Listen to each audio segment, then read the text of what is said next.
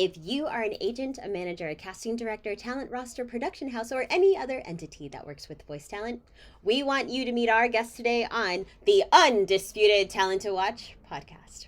I'm your host, Crystal Lee, model, actor, belly dancer, and military veteran. Go Air Force. I always, shout out to my Air Force brothers and sisters. And today I'd like to introduce my very special guest, Troy Hudson. Troy! Thank you so much for being on the show. Thank you, Crystal. I appreciate it. And by the way, go Army. Just had to put that in there. I did my I love that. I wish we would have talked about that offline. That would have been great. By the way, I do love working with the Army. When I was retiring, or right before I retired, we did a lot of joint assignments together. So it was Army, Navy, Marine Corps. We all did the same thing. So thank you all for part your of the service. same team, right? Yeah, we are. So, Troy, please tell me about your VO journey, about projects, anything you want to talk about. The floor is yours. Thank you, Crystal. I'm honored to be on the program with you, and I appreciate Corey's invite. It was awful generous. This story is way too long to keep it condensed into a regular podcast episode. So basically, 42 years ago, I joined the U.S. Army, and I got radio, TV, broadcast journalism as my military occupational specialty in the U.S. Army, and they basically gave me a crash course. And in '84, from '83 to '86, I'm sorry, '83 to '89, it's been a long time. I was in the U.S. Army and worked basically as a military broadcaster, radio, TV, video production, hosting, on-air radio, programming, just a lot of different stuff, production, a morning DJ. They threw me in there, and I loved it. I found out that it was really what I wanted to do. I got out of the military in middle of '89 and eventually found myself in a local ABC affiliate in the Columbia, South Carolina area, and did that for about a year. Moved over to strictly video production on that. Moved over to corporate video for almost 10 years, basically anything and everything, doing video production, VO work. Went from there to a commercial production house and edited roughly about 600 car commercials over the 12-year span I was there. And eventually in 2012, I had a very nice video production editing job, but it all came crashing down in 2012. October 1st, the boss walks in and says, "We're going to have to let you go." So I was laid off in 2012. And from there, I just had to figure out what to do to pick up the pieces, to buy some equipment. And as a Christian, I really relied on my faith to kind of guide me. And it was quite a challenging time, I went, basically to fast forward, I've spent the last 14 years growing and running my own voiceover production business since 2012. It's now 2026, and I'm still blessed, and it's still amazing to know that I can still do what I've enjoyed doing for the last 4 decades. You're not even what, 3 decades, right? You're sweet. I'll be 50. No way. Okay, anyway, so most people that when I tell them that, they're like 1980. So you were like working in the 20th century. I'm like, yeah. Anyway, so that's the really rushed version of how I came to be sitting in the padded room doing what I'm doing and loving it every single day. So yeah, next question. Actually, I'd love to expand on this because guess what I did in the military? Well, one of the jobs. I did a lot. I was the maintenance manager for Armed Forces Network Incirlik in Turkey. And that was my first, because I've watched AFN before and you see all the broadcasters and everything, but that was my first time actually working with broadcasters and, the radio guys. And I loved it. It was like entertainment for, it was like the entertainment section for the military. And exactly. When I retired, I retired out of NSA, the National Security Agency. But a lot of the folks that I worked with back in Turkey were stationed. They worked at DMA, the Defense Media Activity on. Don't you love the acronyms in the military? Yeah, I know. I'm like, not everyone's military, so let me just like say all these things. But it was so fun. That was the funnest job I'd ever Yeah. had, because I did Intel and some other like really deep in the shit like comm stuff. So Hey, I was in psyops, so I can kind of relate. yeah. I was at I worked at Fort Bragg, the first special ops. Hmm. So I kind of get, you can talk about some of the stuff, at least Yeah. back then. It's all, past and done. But that's very cool. I thought I would end up overseas. That was kind of the dream assignment or the expectation. Hmm. When I went through school at Fort Ben Harrison, Indiana, Hmm. for broadcasting, and instead they shipped me to Fort Bragg, North Carolina, with zero work to do in a psyops unit. And thankfully, I got transferred on special duty to actually work in radio, TV production Hmm. eventually, and got to do a ton of work. And then they built this really spectacular, at the time, state of the art facility at Bragg in the psyops unit. And so I spent 3 years immersed in like top of the line gear. Hmm. So I got to dabble in all kind of stuff, but I never made it to Europe.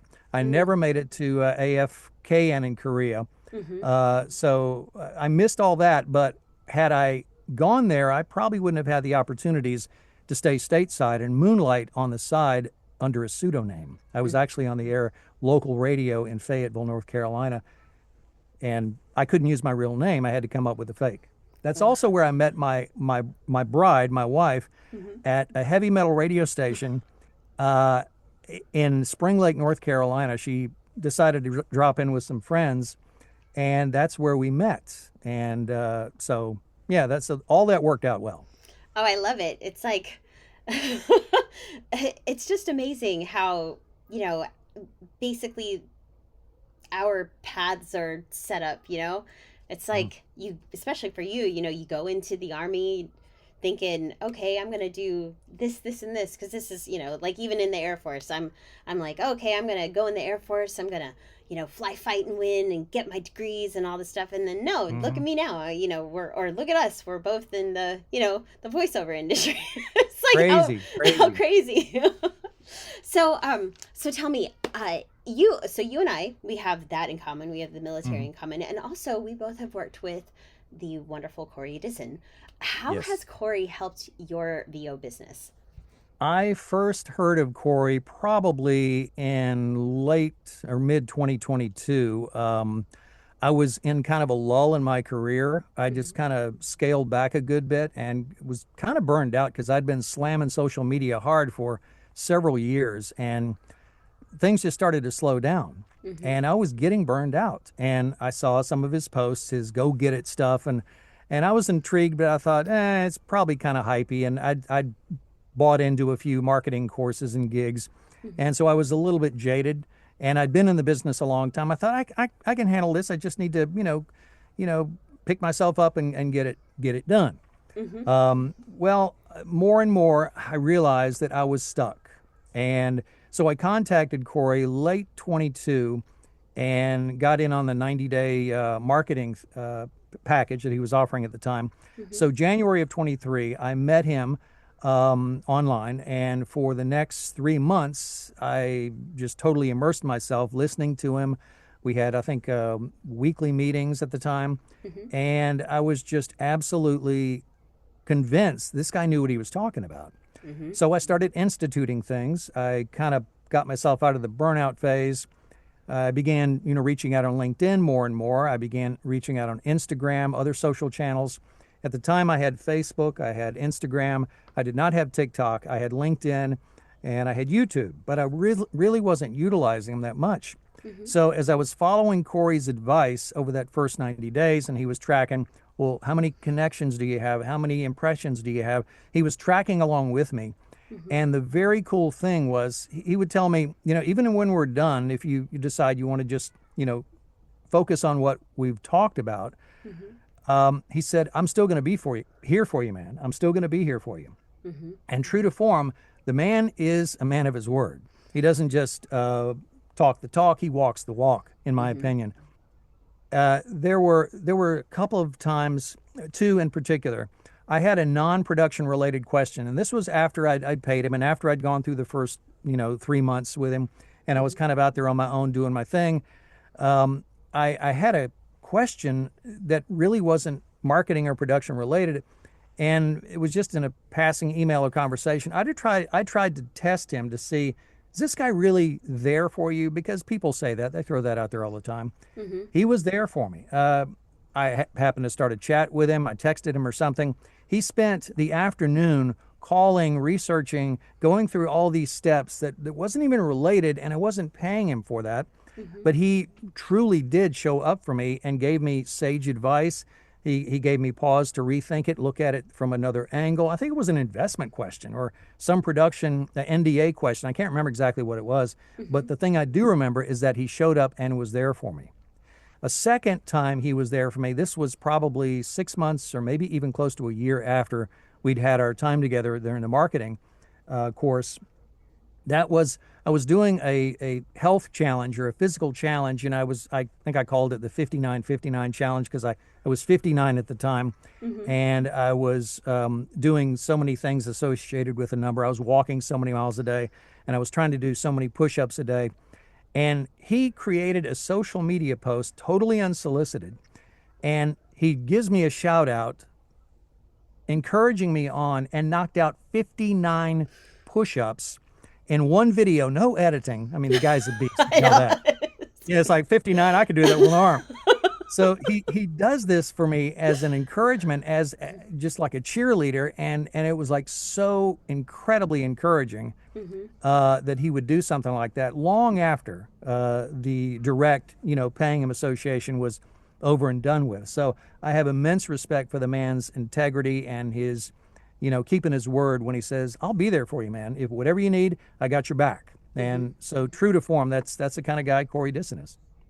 Yeah, I noticed one of the things, I mean, you and I, both being in the military, when you get out and you meet someone who is also, who has also served, there's that instant camaraderie.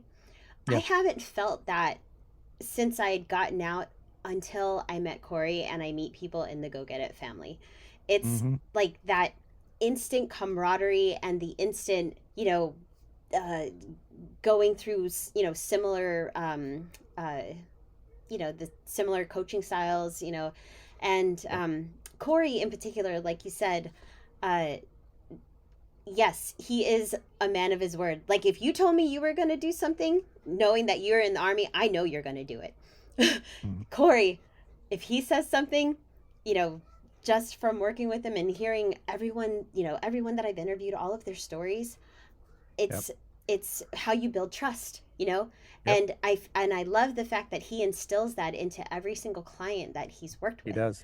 So he's a motivator. He doesn't take crap when if you're challenged to do something and you say you're going to do it and he's going to follow up with you next week, the expectation is you've done that, and that just kind of pushes you and prompts you because that there's that expectation of rising up and doing it. And he's going to challenge you and call you out if you don't do what you said you would do, that he said, this is what's best for you to do in this plan that I'm working with you on. He doesn't like laziness. I can't imagine, him just going, "Oh, okay, well, you decided you don't want to do it this week. I guess you just felt like not doing it."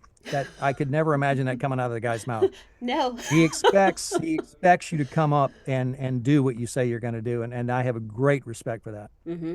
And I love that. The other thing too, it's that whole being on time or 15 minutes is on time. If you're on time, you're late. Yeah, that is so refreshing to work with someone like that. Absolutely. Wow. Well, this has been such a wonderful time, spending time with you, Troy. Could you please tell everybody how they can find you? Absolutely, Crystal. I've got a handful of different ways. TroyWHudson.com, TroyWHudson.com. I'm on TikTok now. I think it's at Troy W. Hudson. I'm on YouTube with several YouTube channels. I do on-camera work, so I do various YouTube channels, but the main one is at Troy W. Hudson. I've got Facebook, business page and personal page. I've got an Instagram account I don't use a whole lot, but it's out there too at Troy W. Hudson _VO, I think is what it is. And I think that covers all the social. I'm not on Twitter, X, whatever it is. Mhm. but I'm on pretty much all the other ones that seems to make a difference when you're trying to reach out to a lot of people. So that's how you contact me. Audiobooks, commercials, e-learning narration, character voices for games, just about anything and everything I love to do. And I hate to just do one thing, because if you saw my calendar, you'd know that variety is the spice that keeps this business interesting after all these years. And you said you do on camera work as well. I do on my YouTube channels. There's various things I do. I go out in the woods and become this philosopher speaking in a southern voice. I'll tell y'all how it is right here. And so I do that kind of stuff. And I do stuff in my studio here inside the padded room, a show called Have You Heard? I do Have Y'all Heard?